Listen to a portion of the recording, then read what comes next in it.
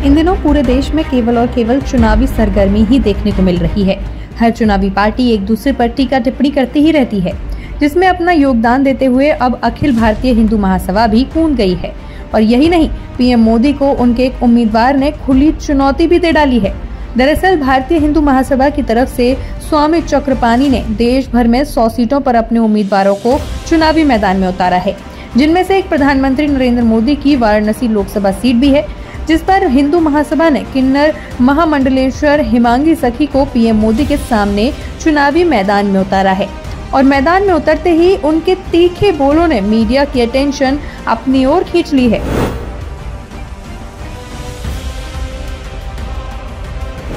किन्नर महामंडलेश्वर हिमांगी सखी ने पीएम मोदी पर वार करते हुए कहा, किन्नर समाज के मुद्दों को लेकर हम वाराणसी की जनता के बीच में जाएंगे।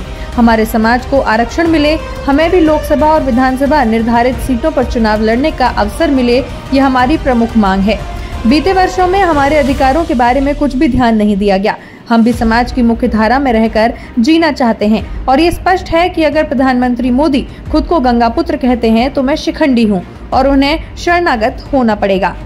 जो नहीं जानते कि शिखंडी और गंगापुत्र कौन थे और उनका नाम चुनावी मैदान में क्यों लिया जा रहा है, तो आपको बता दें कि गंगापुत्र भीष्म पितामह थे, जो कि महाभारत काल में जन्मे थे और जिन्हें गंगा माँ का पुत्र माना जाता था। उन्हें वरदान प्राप्त था कि उनकी मृत्यु कोई भी पुरुष नहीं कर पाएगा, इसलिए गंगापुत्र को महाभारत युद्ध में हराना नामुमकिन था, क्योंकि महिलाएं युद्ध भूमि में नहीं आ सकती थीं।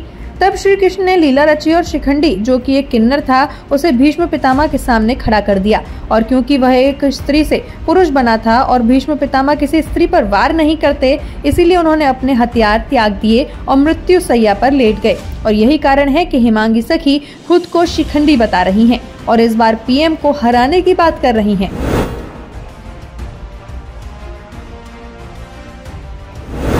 हिमांगी सखी किन्नर महामंडलेश्वर हैं, जो 5 भाषाओं में भागवत कथा सुनाती हैं। वह पंजाबी, गुजराती, हिंदी, अंग्रेजी और मराठी भाषाओं में भागवत कथा करती हैं। और केवल भारत नहीं बल्कि बैंकॉक, सिंगापुर और मॉरिशस आदि जगह पर भी हिमांगी सखी भागवत कथा सुना चुकी हैं। इसके अलावा वे अक्सर ही किन्नर समाज के लिए अपनी आवाज बुलंद करती रहती हैं।